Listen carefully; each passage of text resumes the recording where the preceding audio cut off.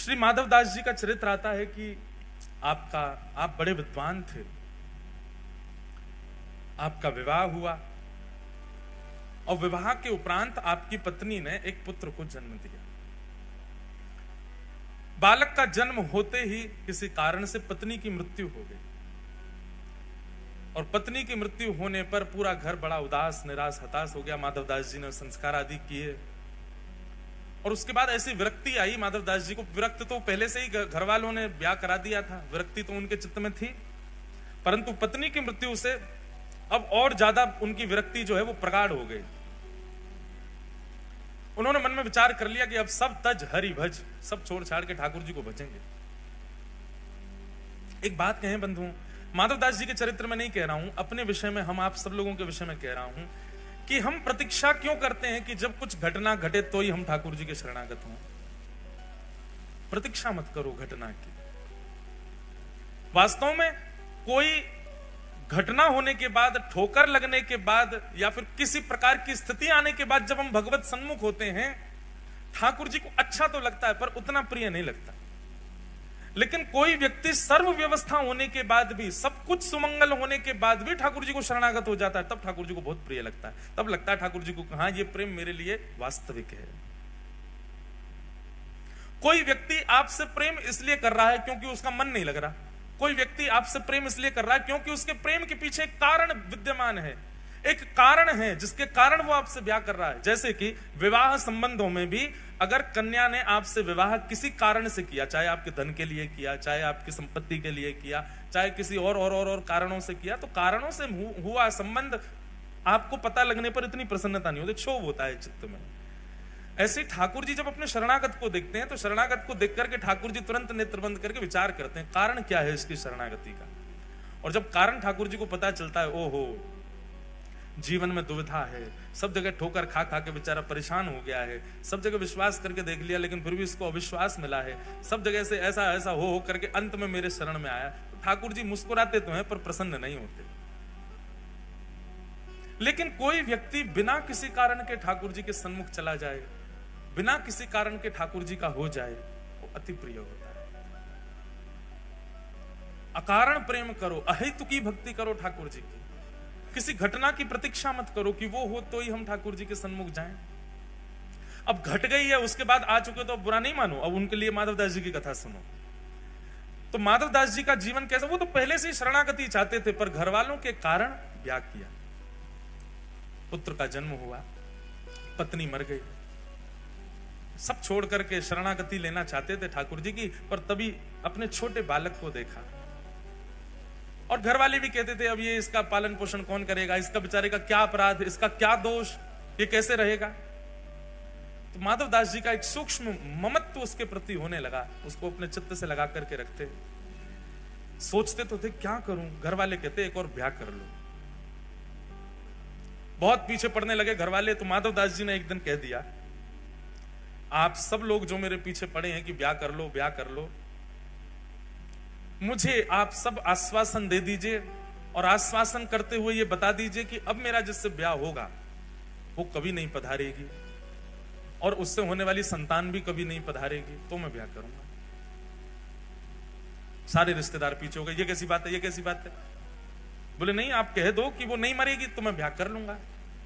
कोई भी इस बात पर लिखने को राजी नहीं हुआ। माधवदास जी बोले तो फिर मैं ब्याह नहीं करूंगा। रही बात इस बालक की, तो मैं इसका पोषण करूंगा। माधवदास जी उस बालक को लिए घूमते रहते। एक दिन एक बगीचा में आप बैठे थे, बालक गोद में था, मन में सोच रहे थे कि और कोई उपाय नहीं है क्या ब्याह के अलावा इस बालक के पोषण का, जिससे मैं शरणागति ग्रहण कर लूं। ये चिंतन उनका चलता ही रहता था। तभी आपने क्या देखा, सामने वृक्ष पर एक घोंसला है, उस घोंसले में से एक चिड़िया का एक अंडा छोटा सा जोर से हवा चलने पर नीचे गिरा। और जैसे ही वो नीचे गिरा, माधवदास जी उसको देख रहे थे। माधवदास जी उठ करके उसको बचाना चाहते थे, पर तभी क्या देखा, नीचे सूखे पत्तों का ढेर था और वो अंडा आकर के उस पर गिरा और बच गया। कोई उसकी दुविधा नहीं हुई। थोड़ी धमक लगने पर अंडा फूट गया, उसमें से बालक बाहर आ गया। वहीं के कीड़े मकोड़े जो थे उनको चुग करके पाने लगा माधव दास जी के मन में बात आई, बोले हम बेफिजूली की चिंता करते हैं कि इसको कौन पालेगा, इसको कौन रखेगा, इसको कौन संभालेगा। सबका रक्षक जगन्नाथ है तो वो सबको संभालता है। मैं तो दौड़ा था कि मैं अंडा पकड़ दूं, लेकिन नीचे ठाकुर जी ने पहले ही किसी के द्वारा पत्तों का ढेर रखवा रखा है, उस पर गिर करके वो बालक बच गया और उसके बाहर आते ही उसको प्रसाद भी मिल गया, उसको अपना भोजन पेट भरने के लिए सामग्री भी मिल गई। ना तो इसकी मां इसके पास है, ना इसके पिता इसके पास है, इसका पालन भी तो हो रहा है। कौन कर रहा है? बोले जगन्नाथ कर रहा है। मैं क्यों चिंता करता हूं अपने बालक की? और उसी समय अब देखो, संसार की दृष्टि में इसको गलत माना जाएगा। इसमें क्या माना जाएगा? अपने कर्तव्य से भाग गया। पर वैष्णव दृष्टि में जब विश्वास प्रगाढ़ हो जाता है ना, तो व्यक्ति सब त्याग ही देता है। फिर चाहे पत्नी हो, बच्चे हो, परिवार हो, कोई भी हो। हम आपको आज्ञा नहीं दे रहे हैं या आपको प्रोत्साहित नहीं कर रहे सब त्यागने को। जिस दिन चित्त में प्रगाढ़ भक्ति प्रकट होगी, आपको कोई बोलेगा नहीं त्याग करो, आप अपने आप छोड़ दोगे सबको। इसीलिए हम बार बार कथा में कहते हैं ज्यादा कथा मत सुनो, ज्यादा बार बार मत सुनो। क्यों? क्योंकि त्याग की स्थिति बहुत बढ़ जाएगी। अभी युवा बहुत आते हैं कथाओं में, और उन युवाओं की स्थिति ऐसी होती जा रही है। जलंधर में अभी हाल देखते आप, वहां बालक ऐसे हो गए कि वो अब संगे ही भगने को तैयार हैं। जहां कथा हो वहीं चल देंगे, जहां आप जाओगे वहीं चल देंगे। ये प्रारंभिक त्याग, दो प्रकार के त्याग आते हैं। एक प्रारंभिक त्याग जो होता है उसमें भी सब छोड़ने का मन होता है, पर उस समय रुकना चाहिए। वो नया नया त्याग है, नए नए त्याग में छोड़ने का मन होता ही है। कुछ समय प्रतीक्षा करो तो फिर समझ में आता है कि अब ये त्याग वास्तविक आया नहीं है। लेकिन जो बाद का त्याग आता है, जिसमें पूर्ण शरणागति ठाकुर जी के प्रति आपको दृष्टिगोचर होने लग जाती है, वो त्याग उचित है। उसमें आपको चाहे कितना भी ज्ञान दे दिया जाए, कितना भी बता दिया जाए, आपके चित्त में एक विश्वास प्रकट हो चुका है कि नहीं, मेरे तो सर्वस्व राधा रमण है, मेरे तो सर्वस्व राधा वल्लभ हैं, मेरे तो सर्वस्व बांके बिहारी हैं। उस समय किसी की भी बात, किसी भी गुरु की आज्ञा, किसी भी माता पिता की आज्ञा, किसी भी परिवार के बंधन, वो सब आपको दिखेंगे नहीं, आपको केवल ठाकुर जी दिखेंगे। तब समझो कि अब ये विश्वास पूर्व शरणागति वाला वैराग्य है। उस समय आप नहीं रुकोगे, फिर आप चले ही जाओगे। प्रभु का गीत गोविंद सुनाओ। माधवदास जी जगन्नाथपुरी आ गए। माधवदास जी का एक नियम था, बहुत ध्यानपूर्वक सुनना। माधवदास जी जब जगन्नाथपुरी गए तो 3 दिन तक महाप्रभु जगन्नाथ जी को उन्होंने दर्शन नहीं किया। जगन्नाथपुरी पहुंचे, पहुंचते ही जगन्नाथ जी का श्री मंदिर देख करके रोने लगे और रोते रोते समुद्र के किनारे बैठ गए और जाकर के अपने आप को कोसते हुए रुदन करने लगे। किसी ने पूछा माधवदास जी ने दर्शन क्यों नहीं किया? बोले माधवदास जी अपने मन में विचार करने में 21 वर्ष का हो गया, अपने 21 वर्ष मैंने विषय भोग में व्यतीत कर दिए, जगन्नाथ जी की शरण में पहले क्यों नहीं आया? इस उदासी से बैठे हैं जगन्नाथ वहां समुद्र के तट पर जाके, और अपने आप को दंड दे रहे हैं। ना कुछ पा रहे हैं, ना कुछ पी रहे हैं, ना कुछ पा रहे हैं, बस एक निष्ठ होकर रुदन करते जा रहे हैं और बार बार स्वयं को कोस रहे हैं। मैंने 21 वर्ष निकाल दिए। अरे तो भाई किसी ने कहा माधवदास जी को प्रसन्न हो जाना चाहिए, अब तो आ गए शरण में। बोले अब जीवन का कोई पता है क्या? मेरे जीवन के केवल इतने ही दिन हो, 21 वर्ष 6 दिन की मेरी आयु हो, तो इसका मतलब अब शेष 3 ही दिन रह पाऊंगा मैं ठाकुर जी की शरण में। 21 वर्ष तो मैंने विषय भोग में निकाल दिए। इस बात से परेशान होकर रोने लगे। अच्छा, माधवदास जी ने कोई 3 दिन का नियम नहीं लिया था। माधवदास जी तो मृत्यु पर्यंत अनशन पर बैठ गए समुद्र के तट पर जाके कि मैंने अपना जीवन व्यर्थ कर दिया, ठाकुर जी की शरण में पहले नहीं आया। 3 दिन बाद महाप्रभु जगन्नाथ जी ब्रह्म वेदी पर बैठे हैं, महाप्रसाद सामने रखा है, लक्ष्मी मैया हाथ जोड़ करके खड़ी हैं, ठाकुर जी से कह रही हैं नाथ भोग आरोग हो। जगन्नाथ प्रभु कह रहे हैं देवी इच्छा नहीं हो रही। क्यों? आप तो जगन्नाथ हो, आप तो प्रसाद देखते ही महाराज हाथ लंबे कर लेते हो, दूर दूर से पाने लग जाते हो, और आज आपको इच्छा नहीं हो रही, क्या बात है?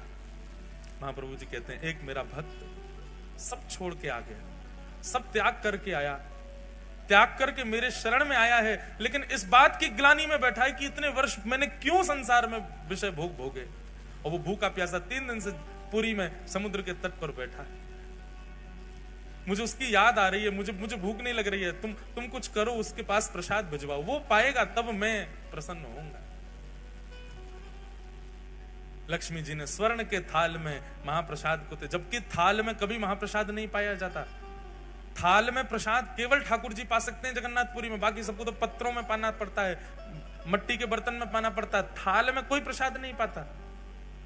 लेकिन सन्मुख का थाल जिसमें महाप्रभु जगन्नाथ भोग लगाते हैं, वही थाल जगन्नाथ जी के अधुरामृत से युक्त थाल एक बालक का रूप धारण करके माधवदास जी के पास ले जाया गया और माधवदास जी के पास रख करके कहा, बोले कि आप ही माधवदास हैं?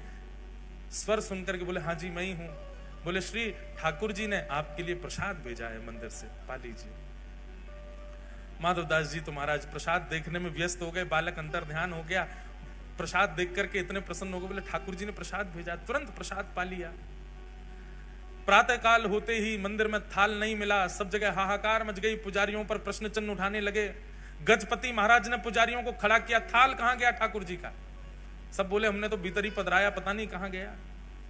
ठाकुर जी ने गजपति राजा को स्वप्न आदेश दिया, बोले चिंता नहीं करो, समुद्र के तट पर माधवदास नाम के भक्त हैं, उनके पास ही वो थाल में नहीं भिजवाया था, क्योंकि वो 3 दिन से अनशन पर बैठे थे।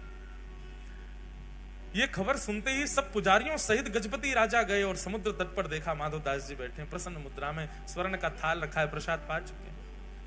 सबने जाके दंडवत किया और कहा महाराज आप दर्शन के लिए चलो।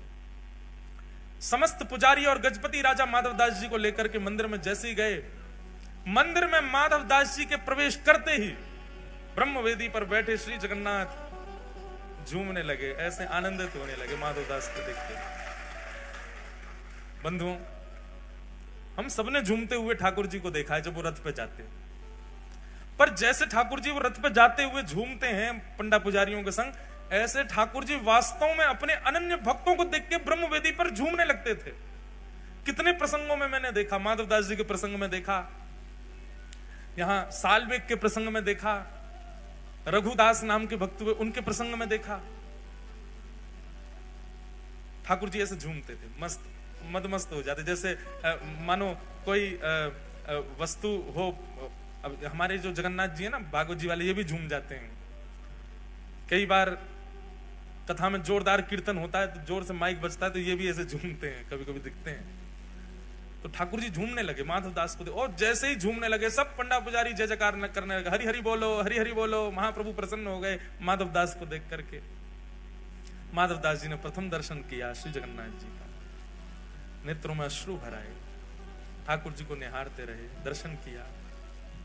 अब नित्य माधवदास जी दर्शन को जाने लगे। बहुत सुंदर चरित्र है माधवदास जी का। मैं तो आज 5-6 चरित्र सुनाने के भाव से आया था, अब जितने हो जाएं सुनो। माधवदास जी परम विद्वान थे। माधवदास जी के चरित्र में आता है, बहुत ध्यानपूर्वक सुनिएगा।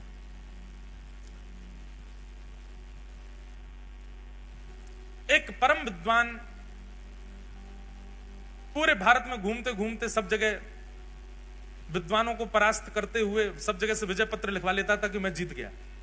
काशी गया तो काशी में उसको किसी ने कहा, बोले सुनो, अगर तुमने जगन्नाथपुरी के माधवदास जी को हरा दिया तो हम मान जाएंगे कि तुम पूरे विश्व के विजेता, क्योंकि उनसे बड़ा विद्वान इस समय पृथ्वी पर कोई भी नहीं है। माधवदास जी को हरा के दिखा। ब्राह्मण देवता तुरंत जगन्नाथपुरी गए, जगन्नाथपुरी में ढूंढने लगे कहां है माधवदास। किसी ने बताया वो कुटिया है माधवदास की। पहुंच गए, माधवदास जी को जाके कहा, हम अपना परिचय दिया, अपने विजय पत्र दिखाने लगे दुनिया भर के, मैं यहां से जीत करके आया हूं। अब मुझे किसी ने कहा है आपको हरा दूंगा तो मैं विश्व विजेता माना जाऊंगा। माधवदास जी बोले ये सब हमको करने की इच्छा नहीं, हम विद्वान इसलिए नहीं बने कि सबको अपनी विद्वत्ता का प्रमाण दें। अच्छा एक बात है, वैष्णव, बहुत ध्यानपूर्वक सुनिएगा, वैष्णव यदि गुणवान होगा तो अपने गुण को छुपाएगा। जो गुण प्रकाशित करता हो समझना उसकी भक्ति अभी कमजोर है। बहुत ध्यानपूर्वक सुनिए। जो ठाकुर जी का स्वीकार्य किया गया वैष्णव होगा, वो अपनी कला को, अपने गुण को, अपने स्वरूप को, अपनी श्रेष्ठताओं को छुपाएगा। ये तो संसारी व्यक्ति का लक्षण होता है कि बात बात पर दिखाना कि मुझ पर धन कितना, बात बात पर बताना कि मुझ में गुण कितने, बात बात पर प्रकाशित करना कि मुझ में कलाएं कितनी। ये भक्त का स्वरूप थोड़ी होता है। भक्त तो गोपनीय रखता है अपने स्वभाव, स्वरूप और अपनी योग्यताओं को। इसलिए हमारी प्रार्थना विशेष रूप से उन लोगों से जो ऊर्ध्वपुंड धारण करते हैं और गले में कंठी पहनते हैं। आप वैष्णव चिन्ह अंकित हो गए हो, अब तो गोपनीय हो जाओ, क्योंकि आप जब मुझसे कक्ष में मिलने आओगे तो नहीं कहूंगा, मैं ये बात मंच से ही कह सकता हूं कि आपको अपना गुण नहीं बताना चाहिए, अपना स्वरूप प्रकाशित मत करो कि आप कितने योग्य हो। वैष्णव का इस स्वरूप नहीं होता। वृंदावन में एक संत रहते थे, बहुत ध्यानपूर्वक सुनना। उन संत की महिमा इतनी थी कि महाराज चित्रकूट तक उनका प्रकाश हो गया। चित्रकूट के एक संत ने सुना कि वृंदावन में एक बड़े अच्छे संत हैं, वो ऐसे हैं ऐसे हैं ऐसे हैं, सब उनका भाव सुना। तो चित्रकूट के उन महाराज जी की इच्छा हुई कि मैं भी जाऊं वृंदावन, जाके उन संत का दर्शन करूं। कहां रहते हैं? बोले केसी घाट पर विराजते हैं। तो चित्रकूट के महाराज जी वृंदावन आए। बहुत ध्यानपूर्वक सुनो सब लोग, इधर देखो वैष्णव कैसा होता है। फोन तो थे नहीं कि उस पर फोटो मंगा लिया हो कि संत का फोटो भेज दो या उनकी वीडियो भेज दो, कुछ था नहीं। पहुंच गए वृंदावन। अब पूछते पूछते जा रहे हैं ये फलाने संत कहां रहते हैं? बोले वहां चले जाओ, परिक्रमा मार्ग में केसी घाट पर रहते हैं। केसी घाट के समीप पहुंचे ही थे चित्रकूट वाले महाराज जी। उन्होंने जाकर के फिर पूछा किसी से, बोले भैया ये अमुक नाम के संत कहां हैं, मुझे उनके दर्शन करने। तो जिस व्यक्ति से पूछा वो बोले अच्छा उनके दर्शन करने हैं क्या? बोले हाँ, मैं भी अभी जा रहा हूं उन्हीं के दर्शन करने के लिए, आप मेरे संगी चल देना।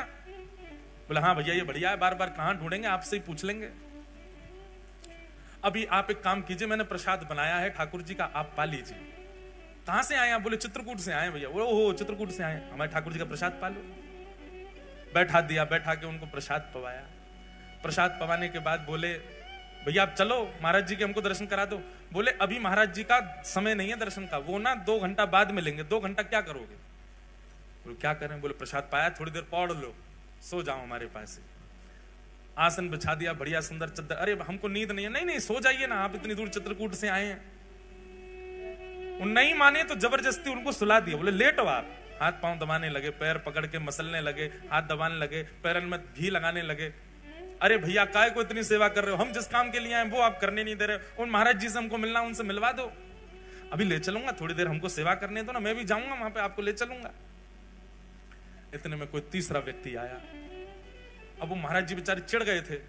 बोले भैया हम आए थे अमुक नाम के संत हैं उनका दर्शन करने, और जब बाबा ने हमको पकड़ लिया, यहीं पर हमको पहले भोजन करा दिया, अब हमारे हाथ पांव दबा रहे हैं, जबरदस्ती पैर मसल रहे हैं हमारे। इनसे बोलो हमको छोड़े, हमको उनके दर्शन करने। वो तीसरा व्यक्ति जो आया वो प्रणाम करके बोला आपके जो चरण दबा रहे हैं ये वही महाराज जी हैं जिनसे आप मिलने आए हो, ये वही संत हैं। चित्रकूट से आए हुए संत जो थे उनके नेत्र सजल हो गए। बोले मैंने जो सुना था ना, मुझे लगता था कि मैं देखूंगा तो उनका भाव अनुभव करने का प्रयास करूंगा, पर मुझे पता ही नहीं, मैं पिछले 2 घंटे से उन्हीं के भाव देख रहा था। यही है असली ये 2 प्रकार के वैष्णव, एक वो जिसने ठाकुर जी को पकड़ रखा है, और एक वो जाकू ठाकुर जी ने पकड़ रखा है। जिसने ठाकुर जी को पकड़ रखा है ना, वो हम सब हैं। हम में आडंबर भी है, हम में दंभ भी है, हम में प्रकाशन भी है, हम में सब कुछ है। पर ठाकुर जी जाकू पकड़ लेना वो तो अत्यंत गौड़ हो जाता है, अत्यंत गोपनीय हो जाता है, अत्यंत। आज्ञा हुई है व्यास मंत्र की, तुरंत आओ। नेक आगे आओ, आगे वाले भी आगे आ जाओ। बस नार में बाम लगा लेना रात को। पीछे वाले कहाँ हैं बेचारे, तोड़ दो जेल, आ जाओ आगे। सामर्थ्य हो तो बोलो जगन्नाथ महाप्रभु की। तो वैष्णव का स्वभाव कैसा होता है, वैष्णव का स्वरूप कैसा होता है कि वो प्रकाशित नहीं करता स्वयं को। अपने आप उसका प्रकाश हो जाए वो बात अलग है। और एक बात और सुनिए, वैष्णव गुणवान होते हुए भी अपने जब गुण का प्रकाश नहीं करता तो ठाकुर जी उसका प्रकाश करते हैं। फिर माधवदास जी परम विद्वान, और एक विद्वान आकर के उनसे कहने लगा कि मुझसे शास्त्रार्थ करिए, आपको हरा करके आपसे विजय पत्र लिखवा करके लेके जाऊंगा तो काशी में मेरी बड़ी जय जयकार होगी। सब लोग इधर देखो, इधर देखो, ध्यान से सुनो। माधवदास जी ने कहा भैया ये शास्त्रार्थ करने के लिए विद्वान नहीं हुआ मैं, या शास्त्रार्थ करने के लिए अध्ययन नहीं किया मैंने।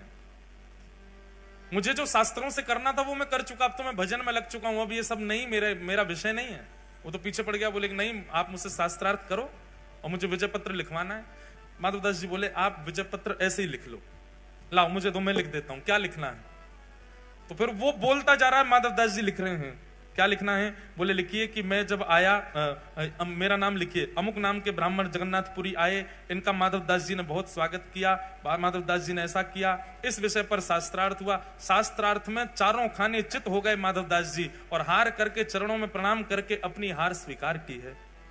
माधवदास जी ने लिख दिया, दिखा दिया, बोले देख लो, लिख दिया, हाँ नीचे हस्ताक्षर कर दो, नीचे माधवदास ले जाओ भैया विजय पत्र, जिसको दिखाना दिखा दो, हमने तुमसे हार स्वीकार की। और वो व्यक्ति तो महाराज सीधा काशी पहुंचा, काशी में जाकर के विद्वानों से कहने लगा, लो तुम लोगों ने कहा था माधवदास को हरा के दिखाओ, हरा दिया मैंने उसको, माधवदास को हरा दिया तुमने। बोले चारों खाने चित हो गए, दंडौत करने लगे मेरे आगे, भीगी बिल्ली की तरह पीछे पीछे चल रहे थे। बोले आपसे ज्यादा विद्वान कौन? बोले विश्वास नहीं हो रहा। बोले लो पढ़ो विजय पत्र। विजय पत्र ब्राह्मण पढ़ने लगे, उसमें लिखा था कि अमुक नाम का ब्राह्मण माधवदास जी की कुटिया में आया, माधवदास जी ने उसका स्वागत किया, स्वागत के पश्चात इस विषय पर शास्त्रार्थ हुआ, और शास्त्रार्थ में माधवदास जी ने अमुक नाम के व्यक्ति को चारों खाने चित करके हरा दिया। अमुक नाम का व्यक्ति हार गया और नीचे माधवदास जी के हस्ताक्षर। बोले क्या पढ़ रहे हो, क्या पढ़ रहे हो? माधवदास जी हारे हैं, मैं नहीं हारा। बोले इसमें लिखा है। उसने देखा तो उसमें वही लिखा था, माधवदास जी से वो हार गया। अब तो सब काशी के ब्राह्मण उसकी निंदा करने लगे। बोले शर्म नहीं आती, झूठ बोलता है, कोरा झूठ बोलता है, तुझको क्या लगा हम विजय पत्र पढ़ेंगे नहीं तो दूर से दिखा देगा हम मान जाएंगे? अरे नहीं नहीं, सच में माधवदास ने ऐसा ही लिखा था कि वो हार गया। बोले लिखा था मतलब शास्त्रार्थ हुआ था कि नहीं हुआ था? अरे नहीं, वो माधवदास कर नहीं रहा था शास्त्रार्थ। बोला बोले मुझे करना नहीं, मैं विजय पत्र दे देता हूं। अब तो ब्राह्मणों को और झूठ पकड़ में आ गया। बोले इसने आते क्या कहा था कि मैं शास्त्रार्थ करके आया, चारों खाने चित करके आया। ब्राह्मणों ने कहा हम तेरी बात नहीं मानेंगे। बोला मैं फिर से जाऊंगा। बोले अब तेरे जाने से कुछ नहीं होगा, हमारा एक गुप्तचर और जाएगा तेरे साथ, और अब की बार तुम जाके माधवदास जी से शास्त्रार्थ करो, और शास्त्रार्थ करने के बाद जो हारेगा वो गधा पे बैठ करके कालीत मुख पे पोत करके और पादुकाओं की चप्पल गले में धारण करके जगन्नाथपुरी में उसको घुमाना। हमारा गुप्तचर जब देख लेगा तब काशी में प्रमाणित होगा कि हाँ कौन जीता कौन हारा। बोला हाँ करवा लो। काशी के लोगों ने अपना गुप्तचर भेज दिया, ये दोबारा से गए। अब की बार जैसे ही माधवदास जी की कुटिया पे पहुंचे, माधवदास जी समुद्र स्नान करने के लिए गए हुए थे। ये आए, आकर के ढूंढने लगे कहां है माधवदास, कहां है इतने में ही श्री जगन्नाथ भगवान और बलराम जी छोटे छोटे बालक बन के आए। दो कथाएं हैं इसमें एक कथा तो यह है कि माधवदास जी का रूप धारण करके जगन्नाथ जी आ गए, और जगन्नाथ जी ने आकर के शास्त्रार्थ करके उसको हरा के गधे पे बैठा दिया। एक और कथा ऐसी आती है कि जगन्नाथ भगवान और श्री बलराम जी दो छोटे छोटे बटुक बालक बन के आ गए। बालक बन करके आए, आगे वो क्यों खटखटा रहे हो हमारे गुरु जी का दरवाजा? बोले कहां है माधवदास? जगन्नाथ जी बोले तमीज से बोलो, हमारे गुरु जी का नाम ऐसे बोलते हो? बहुत विद्वान है वो। बोले हम उसको शास्त्रार्थ में हराने आए हैं, और उसको हरा करके गधा पे बैठाएंगे, कालीत पोत करके पूरे जगन्नाथपुरी में घुमाएंगे। बलराम जी तो क्रोध में भर गए। बोले तू एक काम कर, तू हम तो शास्त्रार्थ कर ले पहले। ये छोटे छोटे बालक, तुमसे क्या शास्त्रार्थ करूंगा मैं? बोले तुम हमको हरा दो तो हम माधवदास जी को पास ले चलेंगे। ठाकुर जी से शास्त्रार्थ में कैसे जीते? बलराम जी और ठाकुर जी ने ऐसे शास्त्र सुनाए, महाराज वो हार गया। जैसे ही हार हुई तो बहुत सारे विद्यार्थी इकट्ठे हो गए थे, सब चिल्लाने लगे, बोले गधा लाओ, इसको बैठाओ, हार गया। अब वो तो भागने लगा, बलराम जी ने पकड़ा उसको, बोले कहां जा रहे हो, बैठो गधा पे। ठाकुर जी गधा लेके आए, उस पर उसको बैठा दिया, मुख पे कालीत पोत करके, और बलराम जी और श्री जगन्नाथ भगवान गधा पे बैठा के उसको पूरे जगन्नाथपुरी में घुमाने लगे। गुप्तचर ने दूर से देख लिया। अब वो ब्राह्मण मुंह छुपाए, बोले इसको नहीं दिख जाऊं मैं, काशी में हल्ला करेगा। उसने तो देख ही लिया। इतने में ही माधवदास जी आए। माधवदास जी जैसे ही आए, माधवदास जी ने देखा बड़ी भीड़ बालकों की घूम रही है, और ये गधा पे कौन बैठा है। आगे जाकर के देखा तो वही ब्राह्मण था जो विजय पत्र लिखवा के ले गया था। माधवदास जी ने जैसे ही देखा तो नीचे देखा तो गधा के गले में रस्सी बांध के दो बालक, श्याम और गौर वर्ण के दो बालक घूम रहे हैं। माधवदास जी तो देखते ही समझ गए तो जगन्नाथ जी। जाकर के माधवदास जी बोले जय जय, क्या कर रहे हो? जगन्नाथ भगवान तो गधा वधा छोड़ के भाज गए वहां से, बलराम जी भी भाज गए, उसको ब्राह्मण को छोड़ दिया वहीं पे। माधवदास जी गए, उतारा उसको। अरे भैया ये आप क्या, अपने गमछा से उसका मुख पहुंचा, ये गधा पे क्यों घूम रहे थे आप? बोले भैया मुझे क्षमा कर दो, मैं तुमसे शास्त्रार्थ नहीं, तुम्हारे बच्चों ने हरा दिया मुझे, तुम्हारे विद्यार्थियों ने हरा दिया, मैं तुमसे क्या शास्त्रार्थ करूं। बहुत उदास हो गया था वो व्यक्ति, वो ब्राह्मण। माधवदास जी ने हृदय से लगाया, बोले अब अपनी उदासी छोड़ो और मैं तुमको एक रहस्य बताने वाला हूं, वो ध्यान से सुनो। बोले क्या? बोले जो बालक इतनी देर से तुम्हारे सामने बैठ के शास्त्र सुना रहे थे वो कोई बालक नहीं थे, साक्षात जगन्नाथ जी थे, साक्षात श्री बलभद्र जी थे। अरे भैया तुम्हारी विद्वत्ता रंग लाई, तुम्हारा बार बार जगन्नाथपुरी आना इतना भा गया ठाकुर जी को कि ठाकुर जी बालक का रूप धारण करके तुम्हारे सामने आ गए और तुमको दर्शन देके गए। जगन्नाथ जी का अनुयायी बना दिया उस विद्वान को। उसकी विद्वत्ता का मूल सार्थकता क्या होनी चाहिए विद्वत्ता की? श्री ठाकुर जी के चरणारविंद, वो दिला दिए उसको। ऐसे श्री माधवदास। तो हम प्रसंग ये लेके बैठे थे कि श्री जगन्नाथ भगवान बीमार क्यों होते हैं? जगन्नाथ भगवान इतने महाप्रभु हैं और भगवान को बीमारी होना। ये माधवदास जी के चरित्र में आता है कि श्री माधवदास जी को अतिसार का, पेट का एक रोग हो गया, जिसके कारण उनको बार बार शौच जाना पड़ता था। माधवदास जी मंदिर भी नहीं जा पा रहे थे, कोई सेवक भी नहीं था पास में, और स्वयं उठने की स्थिति में नहीं थे। इतने बीमार हो गए माधवदास जी की बस पड़े पड़े बिस्तर पर ही मलमूत्र का त्याग कर रहे थे। जब बहुत समय तक इस हालत में आ गए कि अब उठ भी नहीं पा रहे, इतना बल भी नहीं बचा था, तब श्री जगन्नाथ जी ही उनके यहाँ एक दास का रूप धारण करके आए और आकर के अपने हाथों में जल भर भर के लामे और माधवदास जी के अंग पर लगे हुए मलमूत्र आदि को अपने हाथ से साफ कर रहे हैं श्री जगन्नाथ जी। माधवदास जी के नेत्र खुले, नेत्र खोल करके देखा तो श्याम वर्ण का एक बालक सेवक। माधवदास जी से कहां बचने वाले ठाकुर जी? उनको सुगंधी आ गई, चंदन की सुगंधी आ गई, कपूर की सुगंधी आ गई, कस्तूरी की, केसर की।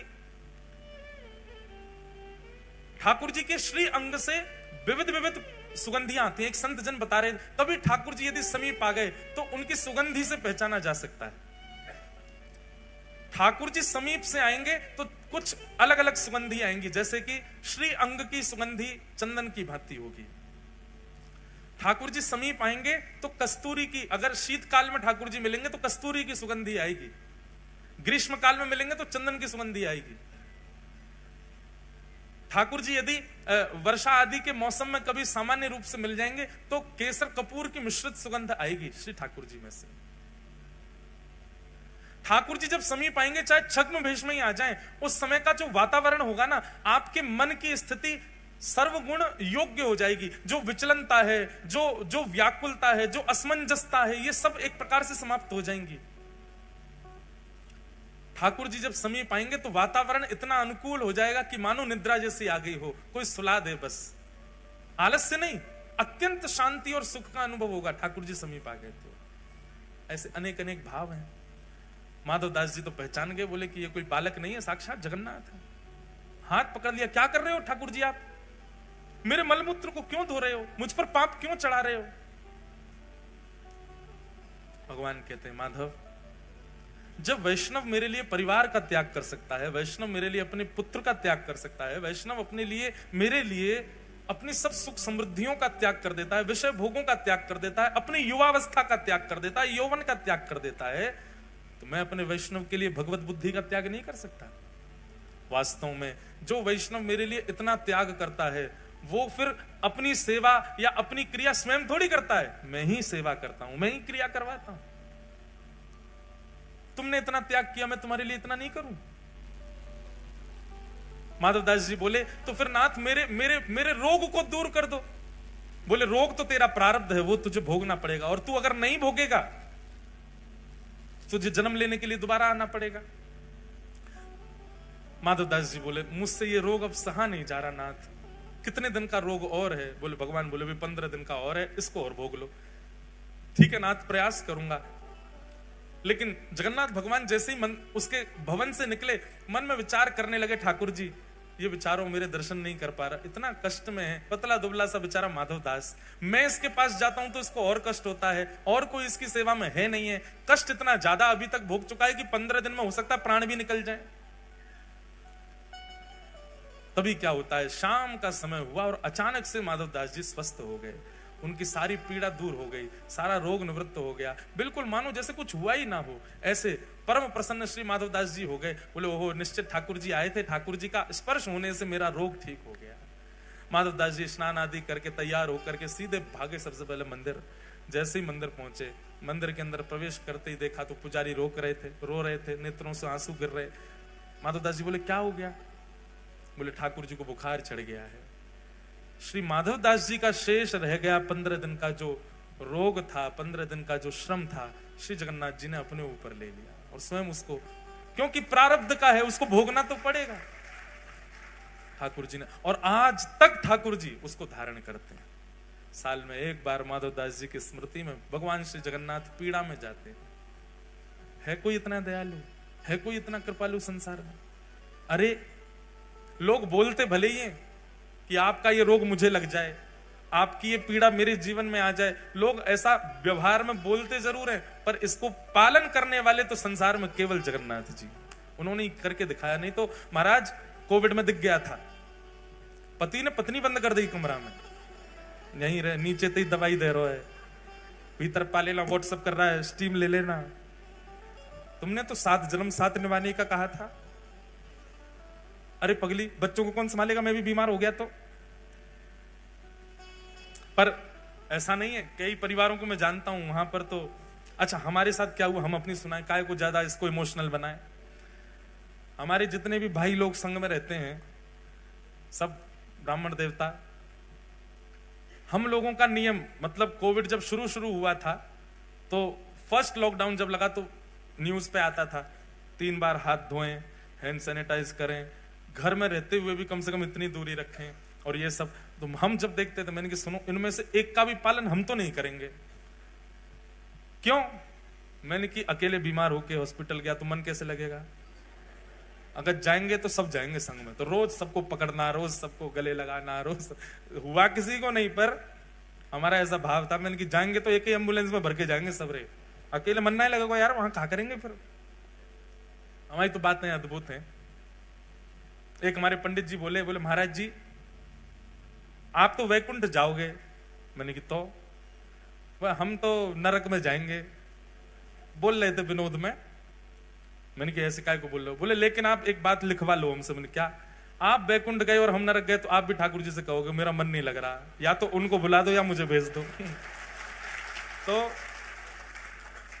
वैकुंठ जाने वाला तो नरक जाएगा नहीं, ठाकुर जी उसको भेजेंगे नहीं।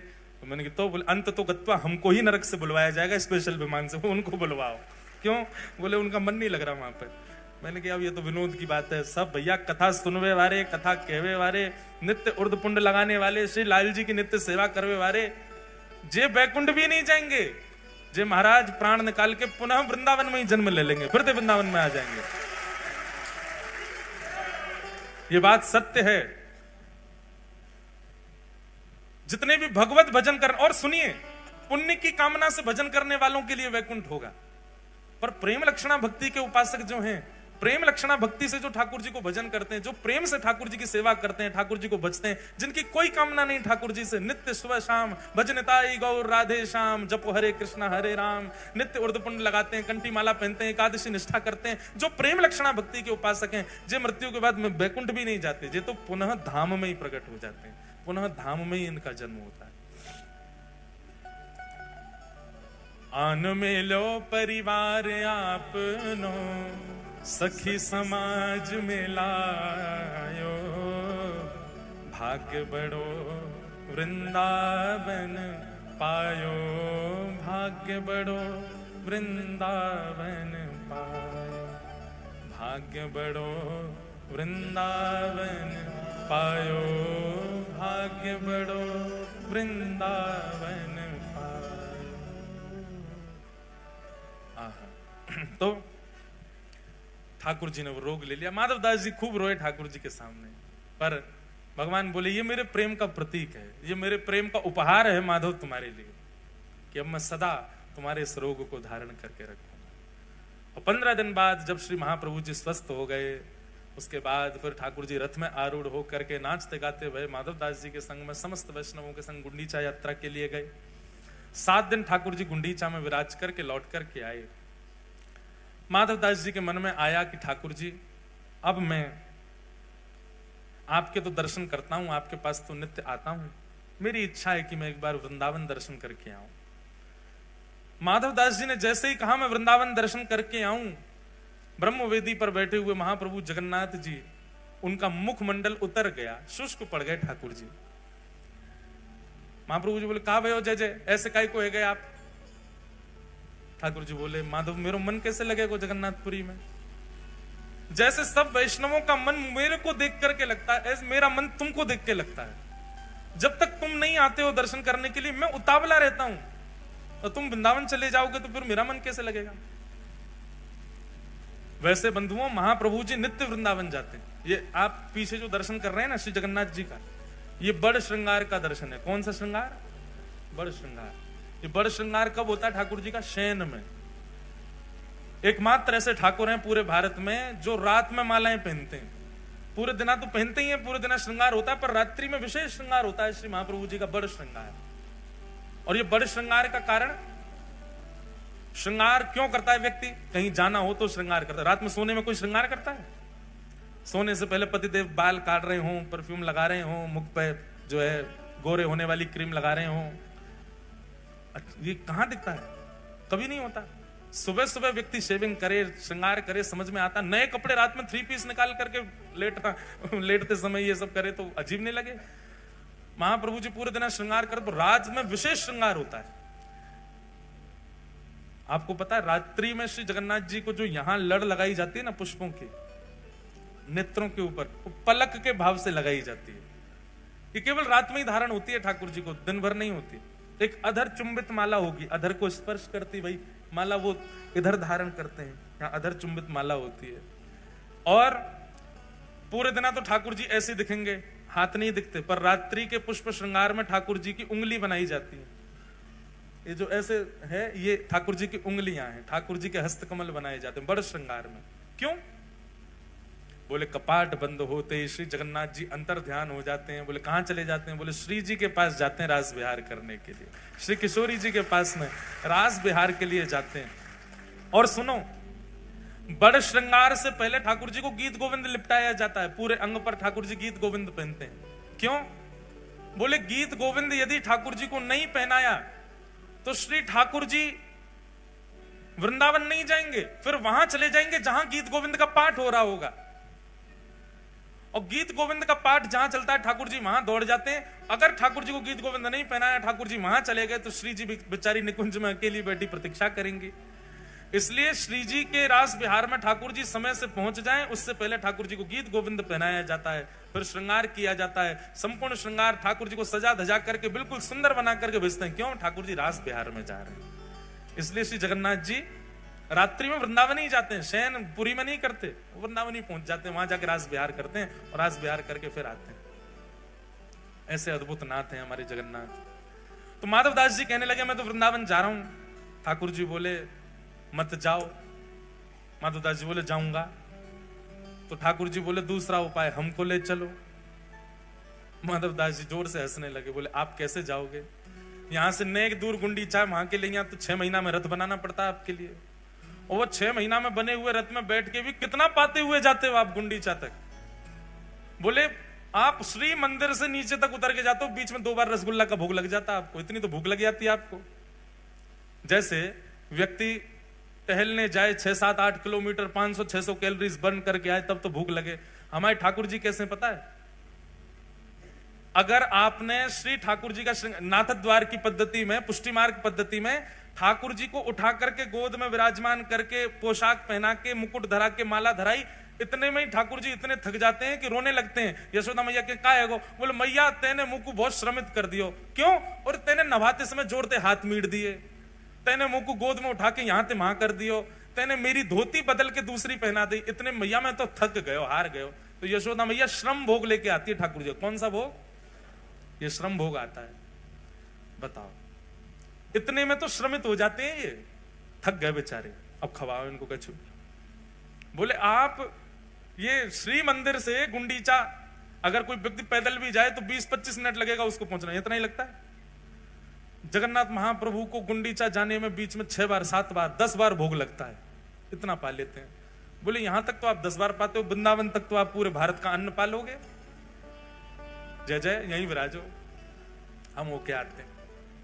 और माधव दास जी ज्यों ज्यों जगन्नाथपुरी से जा रहे हैं त्यों त्यों ठाकुर जी के नेत्र सजल। मैंने 2 कथाएं ऐसी सुनी हैं जिसमें 2 स्थिति अलग अलग दिखाई देती हैं। एक तो है श्री चतुर्भुज दास जी की, जब चतुर्भुज दास जी गिरिराज जी से दूर जा रहे हैं और ज्यों ज्यों पग बढ़ा रहे हैं त्यों त्यों उनकी स्थिति दयनीय होती जा रही है।